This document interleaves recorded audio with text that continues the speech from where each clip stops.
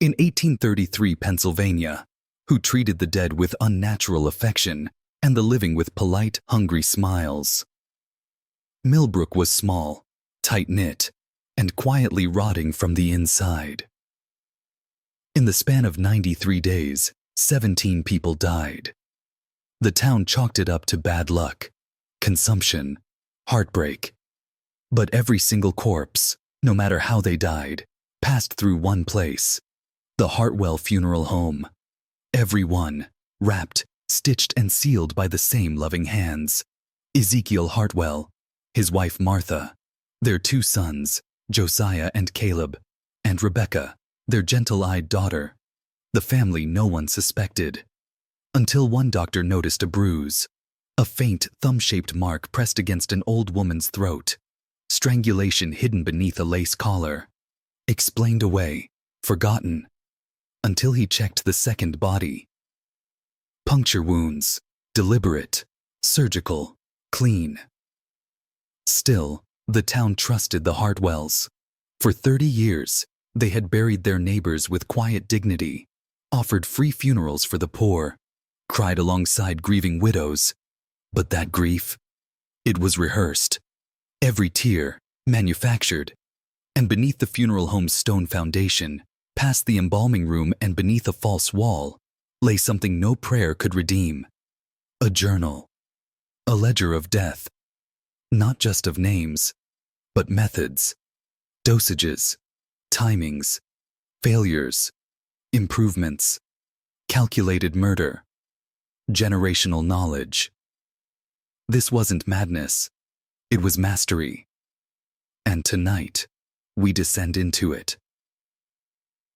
You were not supposed to hear this story. You were not meant to remember this name. But you do now. So don't just listen. Change. Because by the time we reach the bottom, you won't be the same man who started watching. Millbrook was not a place that birthed monsters. At least, that's what the townspeople told themselves. But monsters don't announce their arrival. They dress like neighbors. They bring fresh bread to the grieving. They sit in church pews and say all the right prayers. The Hartwells had arrived in 1801, with coin that gleamed too bright for modest folk. They claimed it was inheritance, but no one knew from where. No letters, no visitors, no history. Just Ezekiel, Martha, their children, and Martha's elderly father, Thomas Creed. A man who spoke little, but watched everything. Ezekiel purchased a stone building on the edge of town and converted it into Millbrook's first dedicated funeral home. Before that, the dead were dealt with in haste. A carpenter here, a gravedigger there. But Ezekiel brought elegance to death. Silk linings, brass handles, whispered condolences. He gave the town dignity, and in return, they gave him their dead. By 1823, the Hartwell Funeral Parlor handled every corpse within 15 miles. The business expanded. A barn for coffins, a small cemetery for the destitute, even a viewing room with velvet drapes and quiet candlelight. They never turned anyone away. Couldn't pay? The Hartwells would accept food, labor, a future favor. But what looked like kindness was, in truth, a net. A careful cataloging of weakness. They knew who was broke, who was ill, who was isolated, and who would not be missed. Rebecca, the youngest, was always watching. Her gentle voice, her soft hands, these were her weapons. She comforted widows, memorized their ailments, their routines, their trust. Caleb was the builder, the digger, the one who reinforced the basement walls when a new secret needed hiding. Josiah was the artist of death, skilled with chemicals, steady with the blade, always improving. And Ezekiel? He kept the ledger. The line between undertaker and executioner was gone, and no one had noticed. The first time Dr. Samuel Harrison laid eyes on the Hartwell Funeral Parlor, he felt a chill, not from cold, but from something older, something wrong. He was a state physician, trained to monitor rural sanitation and prevent outbreaks. His reports were dry, statistical. But Millbrook would become his obsession.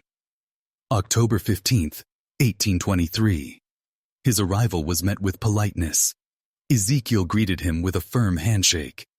Josiah gave a tour of their immaculate preparation rooms. Glass bottles labeled in neat script. Scalpels laid like surgical art. Even the embalming table shone. Everything was clean. Too clean. Dr. Harrison asked to inspect the bodies. Pennsylvania law gave him that right, especially after recent cholera scares. 3 deaths were under their care. The first, Elenina Fairchild, a 68-year-old widow, supposedly dead from consumption. But her neck told a different story. Beneath the high collar, Dr. Harrison found faint bruising. Symmetrical, the marks of hands, not sickness. Josiah explained it away. Post-mortem bruising from positioning. A lie, but a convincing one. The boy had practiced. The second body, Marcus Webb, strong, healthy, found dead in his field. Cause, heart failure. But Dr. Harrison found puncture wounds, small, deliberate, placed with anatomical precision. Not farming injuries, surgical entry points. The third, Mary Patterson, was worse. A young mother, dead from fever. But her lips were chalk white, her fingernails stained. The signature signs of arsenic poisoning. That night, Harrison couldn't sleep. He felt watched. The Hartwells had smiled too easily, answered too quickly. He returned the next morning, insisted on seeing the basement. What he found chilled him. Glass jars, preserved organs, some dissected, some whole. Not for preservation. No embalmer removes a liver like that. And then, he saw it.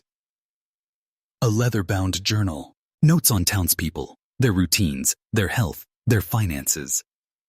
It wasn't mourning that built the Hartwells' empire. It was predation. And it was only just beginning. The journal was no accident. It wasn't hidden well. It was meant to be seen, but only by someone who understood its language. Dr. Harrison did. Tucked beneath burial linens, its cover was worn smooth by use. He only glimpsed it before Caleb Hartwell moved to block his view, smiling, but eyes hard. "Private family records," he said. But Harrison had seen enough.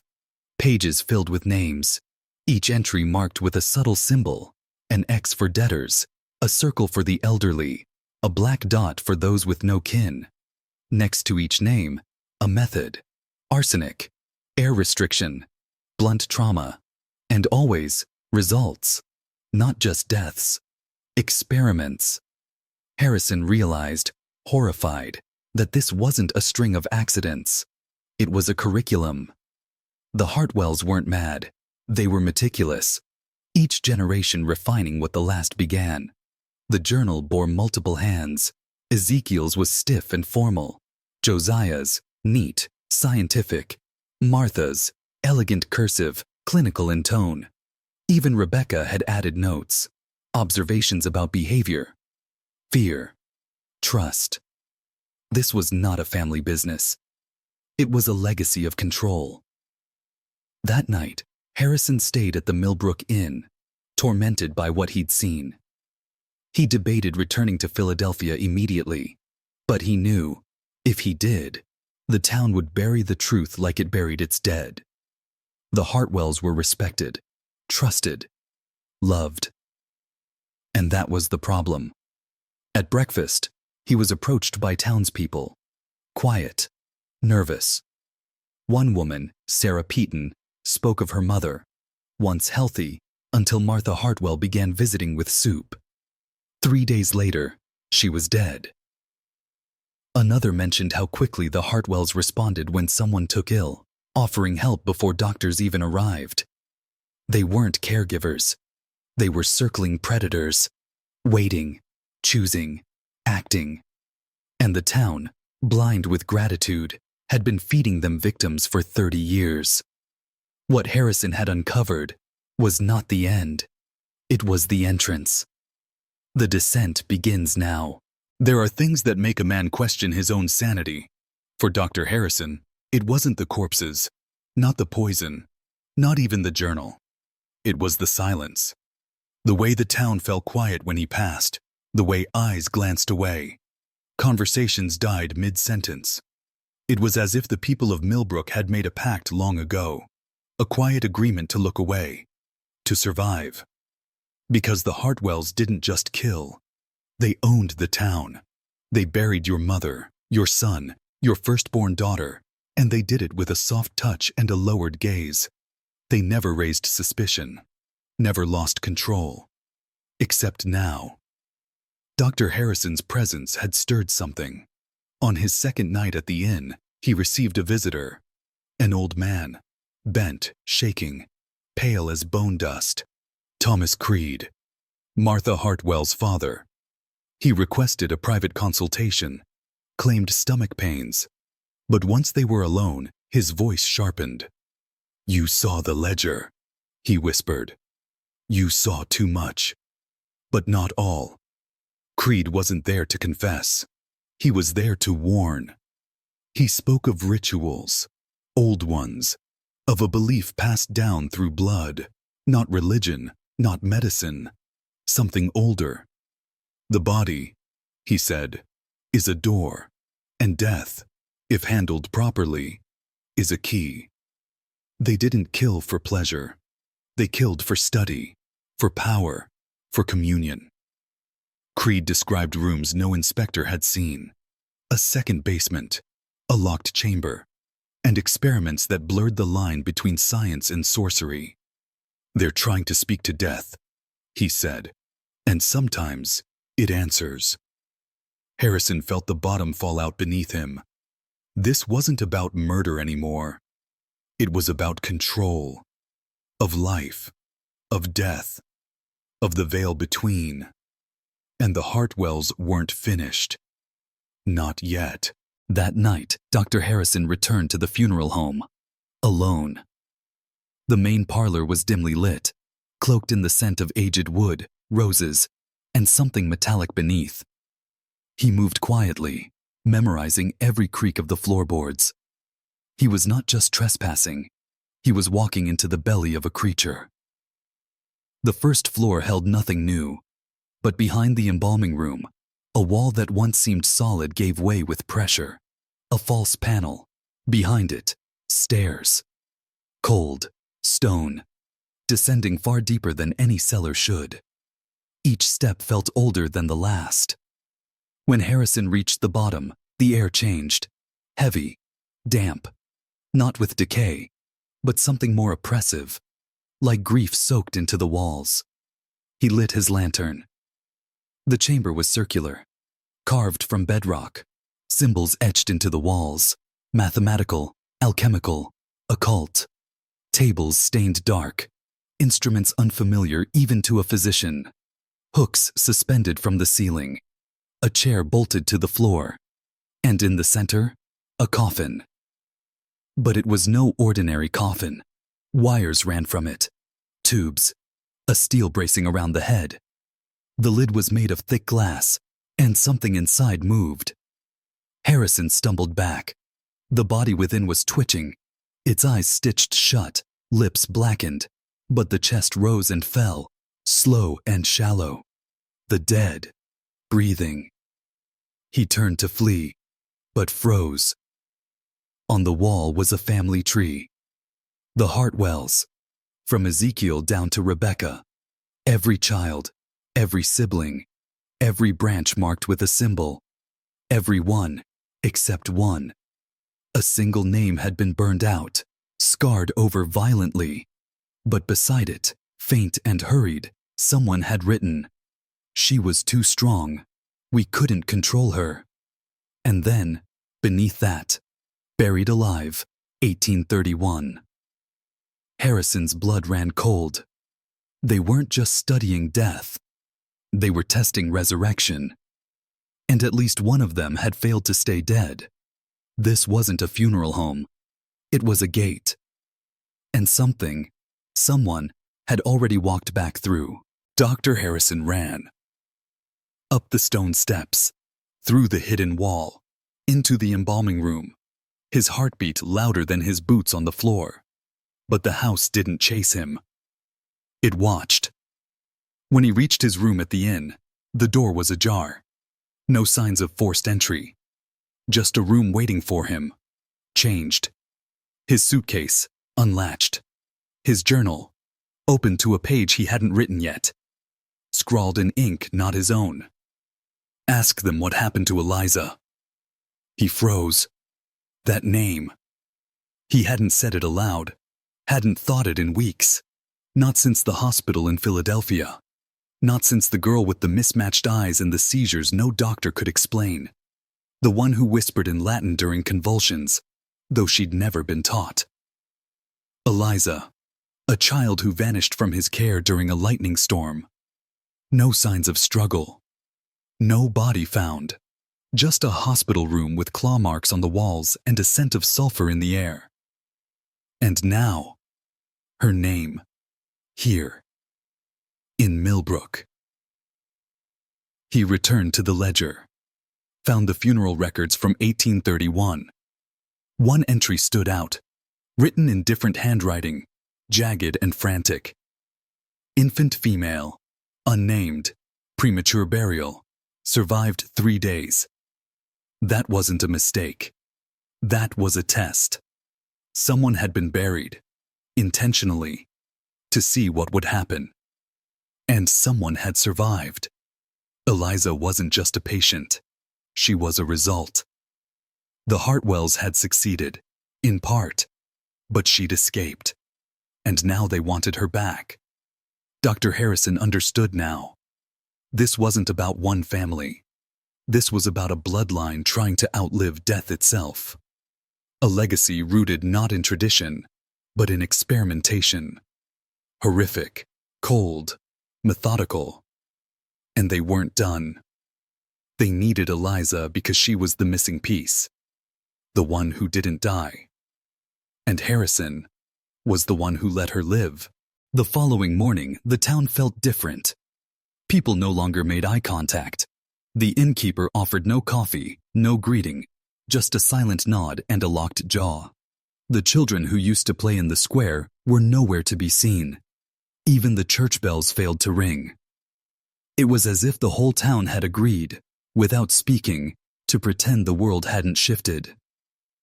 But Dr. Harrison felt it in his bones. He wasn't just being watched. He was being measured. At the town archives, a locked cabinet bore the Hartwell family seal, burned into the wood.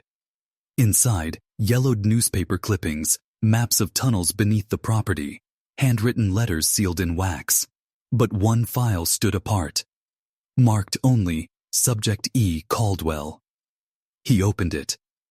Photographs, black and white. A child in restraints.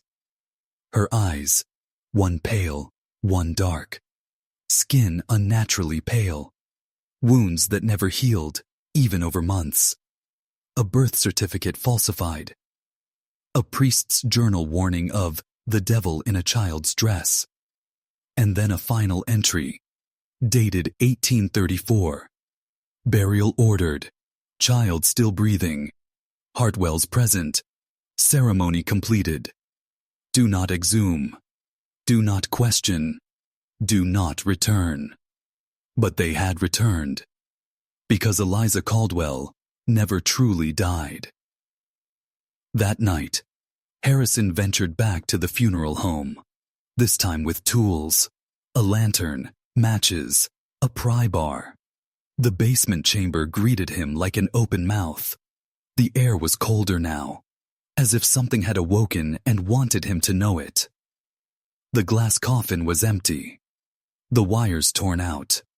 On the chair beside it, something had been left for him, a folded paper soaked in something red, still wet, a single word written on it, run.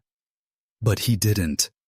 He had crossed a threshold now, not just of place, but of knowledge. What lived beneath that home was not a girl, not anymore. It was what happens when you bring something back that never wanted to return. And someone, somewhere in Milby, Rook, was preparing the next subject.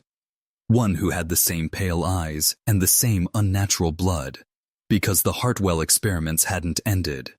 They'd simply waited for the right vessel. Dr. Harrison didn't sleep that night.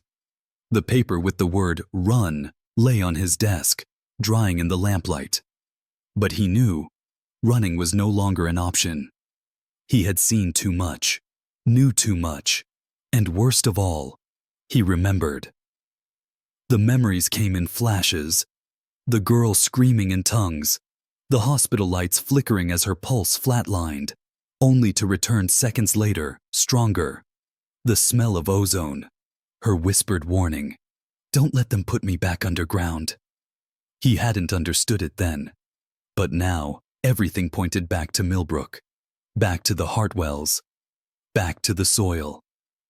At sunrise, he returned to the cemetery, not the one on the hill for show, the other one, the real one, hidden behind the timberline. No headstones, just uneven ground, sagging in places like breathless lungs. He counted the graves. 43. But the map he found in the archives marked 44. He began digging. By noon, he hit something hard. Not wood, glass. A coffin, sealed, reinforced. Inside, the skeletal remains of a child, mouth open in a final scream. But around the skull, still clinging to bone, remnants of a burial crown, gold leaf and charred fabric. Royalty of the damned. He looked closer. Carved into the inside of the coffin lid were words, in Latin, "Let the breathless be kings." He staggered back. The dirt felt wrong beneath him, like it pulsed. And then, behind him, laughter. Small, delicate, a girl's voice. He turned. Nothing. Only fog rolling in from the woods. But when he looked back at the grave, the coffin was closed again. Sealed. No sign it had ever been touched, as if the earth itself had corrected his trespass. And beside it now, a new mound of dirt. Fresh, damp, recently filled. With a name etched in a wooden plank stabbed into the soil. Dr. Thomas Harrison. He dropped the shovel. Somewhere in the trees, bells began to chime. Not church bells, funeral bells. Calling him home. By dusk, Dr. Harrison wasn't walking anymore. He was limping, trembling, bloodied from the thorns and the stones and the desperate clawing up the hill. He reached the edge of the forest where the Millbrook Inn flickered like a mirage through the dark fog. But something was wrong. The lights were on. All of them. Every window glowed golden, as if the entire building had been resurrected. Alive, waiting. But not a single silhouette moved inside. He stepped toward the porch, and the floorboards beneath his boots groaned like they remembered him. The inn's front door creaked open on its own. Inside, the piano played softly, not randomly. The same song Eliza hummed in the hospital. He called out. No answer. He climbed the stairs. At the end of the hallway, the door to his room stood shut now. A note was nailed to it. "She remembers you." His hand trembled as he turned the handle. The room was cold, ice cold, and sitting on the bed, dressed in the same tattered hospital gown, barefoot and bone-thin, was Eliza. Alive. Her eyes locked onto his. One green, one pitch black. "You're late," she whispered. He could barely speak. "Eliza, how are you?" She tilted her head. "They found me before you did. I've been waiting." "For what?" "To see if you'd still choose the lie." He didn't understand, but the mirror behind her rippled, not reflected. Rippled, as if it were water. From it, Shapes began to emerge, pale limbs, veins like ink. Dozens of hands pressed against the glass. Faces without eyes. Some of them were children. Others weren't. "They used me to open it," she said, her voice eerily calm. "But I can't hold it closed anymore. They're coming through." He stepped back. "You have to choose," she whispered. "Join them, or bury me again." His mouth opened, but the mirror cracked. Light spilled out, not golden, but gray, like dust, like ash. And then, a voice not hers spoke from within. "The child is not the curse. You are." His knees buckled. He understood. He hadn't saved her in Philadelphia. He'd freed her, and now the gate was open. Dr. Harrison awoke to silence. He was lying in a field behind the inn, wrists bound in dried blood, shirt torn, and mouth stuffed with dirt. The sky above him was black, not night, but something darker. Like the heavens had turned their back on this patch of earth. He stumbled to his feet. The inn was gone. No walls, no roof. Just the skeletal outline of a foundation scorched into the ground, as if it had been consumed in fire, decades ago. But the inn had been there, just hours before. Hadn't it? He searched his pockets. His notebook was gone. The sketches, the records, the funeral home documents, all of it, like it had never existed. Except one thing remained. A single, yellowed photograph. Eliza, aged, gaunt, and staring into the camera with hollow eyes. Beside her, a man who looked exactly like Dr. Harrison, but wearing 19th century clothes. On the back, in ink barely legible, "Don't trust the mirror. It remembers everything." The pit in his stomach hardened into dread. Something had used him, used his guilt, his curiosity, his past. This wasn't just about science or family secrets anymore. This was dimensional, psycho-spiritual, an infection of reality itself, passed through bloodlines, objects, memory, like a parasite, clever, ancient, and waiting for hosts to awaken it. And Eliza? She wasn't the child anymore. She was the key. The town wouldn't speak to him now, not even to accuse. They just stared, their eyes vacant, their mouths shut. Their silence was complicity. Because they knew the truth. The Hartwells weren't gone. They'd never left. They just changed their faces, changed their names. The inn was never meant to be a refuge. It was a lure. And now the door was open, not a physical one. Something else. Something that had reached into him, rewired him, and left something behind. He looked at his reflection in the broken glass of a rusted truck window. His face was his, but his eyes, one green, one pitch black. The next morning, Dr. Harrison walked the roads out of Millbrook for hours. No signal, no traffic, no wind. Just silence and the sense of being watched from places without form. When he finally reached a crossroads, he found something waiting. A carriage, horse-drawn, jet black, and impossibly intact for its apparent age. Its door was open, velvet interior glowing faintly despite the sunless sky. The driver wore no face, just a mask of wax that smiled without joy. Harrison didn't speak. He simply entered. He didn't ask where they were going. He already knew. The wheels didn't turn. The world around them did. Like time itself was rotating, folding, pulling him into its mouth. And when they stopped, the place was impossible. A manor built on no known map. It stood half buried in a bog, covered in vines that pulsed faintly, like veins beneath skin. Its windows were black, but something behind them moved. A butler, white eyes, no tongue, greeted him with a slow bow. He handed Harrison a key, ornate, heavy, and warm. Etched into the handle were the words, "Every answer requires a cost." Inside, the halls were wrong. They stretched, doorways that led into memories not his own.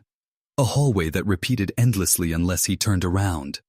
Portraits of faces that watched, aged, and wept when passed. In the library, he found them.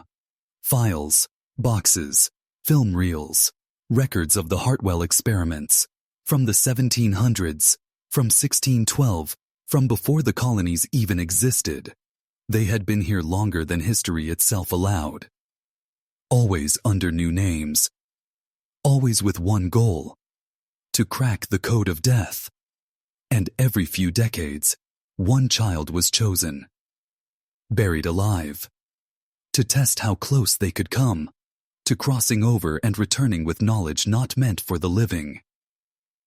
Eliza wasn't an accident. She was the only success. But she hadn't returned alone. She brought something back. And now, it was inside him too. A whisper rose behind Harrison, though the room was empty. A voice both ancient and familiar. "Welcome home." Dr. Harrison turned. No one stood there, but the air rippled, as if reality itself had inhaled. Then, footsteps. Soft, wet, upside down. He looked up. On the ceiling, barefoot, stood a girl. Eliza. Same white dress, same mismatched eyes. Only now, they glowed faintly, as if lit by something behind the veil of this world. She didn't blink, didn't smile, didn't speak with her mouth. But he heard her. Inside his head. A voice made of broken lullabies and static. They called it the crossing, but they were wrong. I didn't go through death. I went around it. They thought I brought back knowledge. I didn't. I brought back permission. Harrison tried to breathe, but the room tightened around him like a throat closing. Then Eliza fell, from ceiling to floor without a sound. Didn't land, just appeared before him, eyes now black and glistening like oil. She handed him a photograph. Yellowed, burned at the edges, but unmistakable. It was him. Laid out on a table in the Hartwell embalming room. His eyes were stitched shut, his mouth was open, and his chest had been sewn closed. A tag on his toe read, "Subject 47, accepted." He dropped it. "No," he whispered. "This isn't possible." But Eliza tilted her head. "You already know the truth. You just don't remember when you agreed." The house began to hum. Somewhere beneath the floor, water rose. Not just from the bog, from inside the walls. The crossing hadn't ended.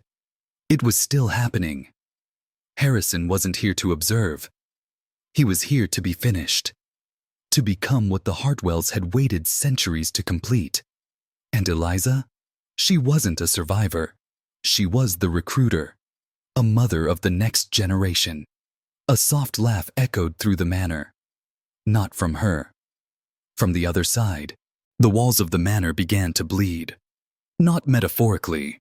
Real, thick, black-red fluid leaked from the seams of the wood, seeping across wallpaper that now pulsed like skin. The floors groaned as if under the weight of something ancient, shifting beneath the boards. Dr. Harrison staggered back. Behind him, the door he came through was gone. Vanished like smoke. The air grew cold. Not just winter cold, pre-human cold. A void temperature. Something before fire. Then, Eliza whispered, "They never embalmed the bodies. Not really. That was just the first layer." She stepped into the center of the room, and the floor peeled open. Slowly, like rotted wood opening its jaw. Below, not soil, but stone. Black stone, arranged in a spiral, carved with glyphs that moved when not directly looked at. He could feel the spiral pulling at his thoughts. At the edge of the spiral, he saw them. The Hartwells. Still in their Sunday best. Pale, Mouths sewn shut, eyes open, unblinking.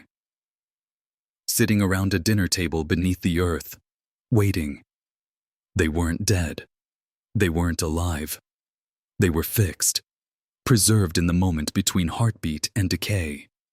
And at the head of the table was a chair. Empty. Eliza pointed to it. You came back to us. You always do. This is the 11th time. You ask. You uncover. You try to save. Then you sit. Dr. Harrison's hands began to tremble, not with fear, but recognition. Flashes returned. Another century, another face, another profession, but always him, bound to this house, to Eliza, to the Hartwells. He hadn't escaped them. He had emerged from them. He was one of them. A Hartwell. The spiral at his feet began to glow, each symbol igniting with deep crimson light. From below the house, dozens of tiny voices began to chant. Low, familiar. They were children, 47 voices, calling him back. He turned to Eliza. Why me? She smiled gently. Because the dead don't build institutions, Dr. Harrison. The forgotten do. The moment the name Hartwell passed his lips, something in Dr. Harrison snapped. Not pain, not panic, but clarity. As if his mind had been fogged for lifetimes, and now, finally, the mist parted. He wasn't just studying the Hartwells. He was their return. The house had brought him back, again and again, to relearn, to remember, to reassume control. Because the Hartwells never vanished. They distributed. One into the church, one into the town hall, one into the sheriff's office, one into the sanitarium, and one into the body of every man who came too close to the truth. Each time a curious soul peeled back the veil, the spiral took them, rewrote them, reborn in service of the bloodline. Eliza stepped forward, not as a ghost, not as a daughter, but as High Keeper. The oldest among them. She handed him the ledger, the original one, bound in human skin, written in languages lost before the pyramids were raised. It's yours now, she said. The town will listen, as it always has. The spiral glowed brighter, and the chamber responded. Tubes descended from the ceiling, long silver filled with amber liquid. Inside them, children, not dead, not sleeping, preserved. 47 souls, waiting to be reseeded. The rituals weren't for resurrection. They were for return. Each one carries a fraction of the knowledge, Eliza whispered. But only you carry the key. The convergence must begin. He looked around, recognizing faces from town now appearing in the shadows of the chamber. The priest, the mayor, the innkeeper, all Hartwell, all waiting. There was no choice. There never had been. Free will was the illusion they allowed him during the remembering. He opened the ledger, and with his own blood, he signed it. Dr. Thaddeus Hartwell, keeper of the 47. Above them, the house moaned, like it was breathing in. The manor wasn't a home. It was as a womb. A living organism feeding on memory, power, and obedience. And now the cycle would continue. Because the town of Millbrook needed its dead to stay forgotten. And its forgotten to rise, high, broken, unnatural, echoing from the house's chimney like smoke from a ritual fire. Inside, Dr. Thaddeus Hartwell, once known as Dr. Harrison, stood over the slab, chanting syllables that had not been spoken aloud in over 1,000 years. The 47 children floated now, suspended in radiant fluid, each one twitching gently in their sleep, their minds stirring beneath layers of engineered forgetfulness. The ledger pulsed like a living heart on the altar. From its pages, maps of old worlds unfolded, gateways, Coordinates, symbols of the ancient craft, the kind of geometry that predates language, that bends reality itself. One by one, the townspeople entered. Not possessed, not hypnotized, but devoted. The mayor placed a crown of bone on Thaddeus's head. The sheriff offered the key to the cemetery gate. The innkeeper presented the heart of the last stranger who dared to investigate Millbrook's history. It was not murder. It was maintenance. A system to protect the bloodline, the secret, the plan. Thaddeus turned to the children. He smiled. The cycle begins again. In the hills, the bells began to ring, not by hand, but by force. As if something older had awoken, as if the soil itself remembered the pact. The manor began to sink slowly into the earth, its foundations creaking, stone by stone, returning to the hollow chamber it had been birthed from.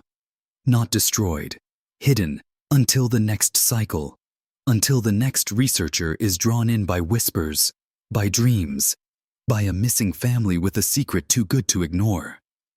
And by the time they realize they're not solving the mystery, they are the mystery. The Hartwells aren't gone. They are the town. They are the school, the church, the clinic. They are the blood in the soil. And if you ever find yourself in Millbrook, Pennsylvania, and someone offers you a room in a quiet house on a forgotten hill, don't go inside. Because in the basement, they're waiting for you.